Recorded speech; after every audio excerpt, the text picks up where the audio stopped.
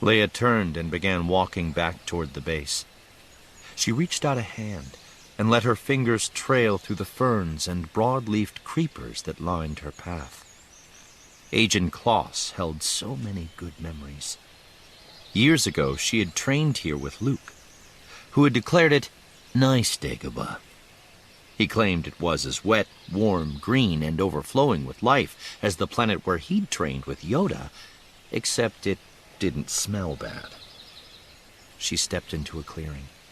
To her right, a large tree with a massive trunk reached for sunlight, spreading a canopy of branches that shaded the clearing, keeping anything else from growing except ground-creeping ferns and low, sparse grass. Leia had trained right here, in this very spot. She reached out and touched the tree trunk reverently. A large bowl of bark had formed around an old wound. It was almost sealed shut. Leia had been the one to damage the tree.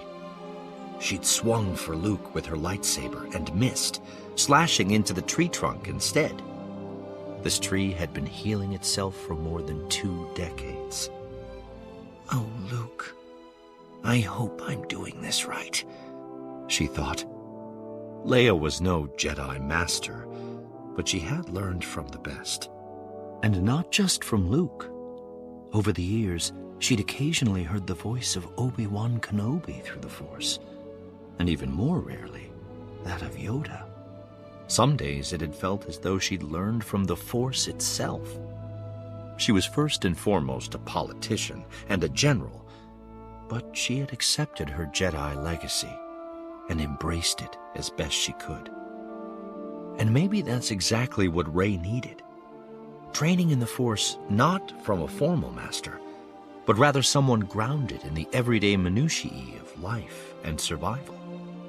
Obi-Wan had failed to keep Vader from the dark side. Luke had failed the same way with Ben. She could not fail Rey.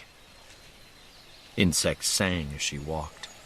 Birds warbled overhead, and tiny amphibians trilled their mating calls.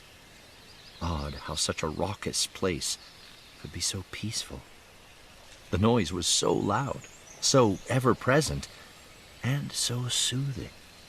It was almost as perfect as silence.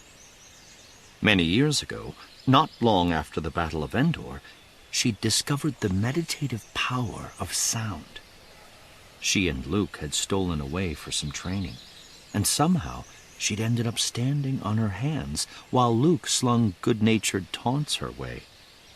Even with help from the Force, her shoulders had started to burn, her arms wobble. They'd already spent the last hour sparring with their lightsabers, and her body was exhausted. "You know," Luke had said, his voice smug, "when I did this on Dagobah, Yoda was sitting on my feet." He said that a lot back then. "When I did this on Dagobah." It was obnoxious and completely unhelpful.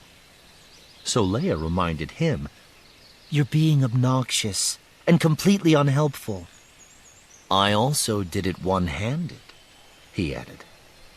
He was trying to provoke her, to teach her a lesson about anger and impatience and all that nonsense. Luke had forgotten that his student was a superb strategist who'd already benefited from a royal education. Leia would not be provoked. Instead, she considered. She reached out to the Force, let it flow through her like blood in her veins. A tiny insect began rubbing its mandibles together, whistling a sweet, high song. Some instinct guided her, and Leia focused on the sound. It was beautiful, pure, ethereal, completely untethered to the worries of leadership and teaching, failure and learning. With focus and with delight, Leia raised herself off the ground. She floated upside down, feet pointed to the sky. After a moment, she lifted her arms and held them parallel to the ground.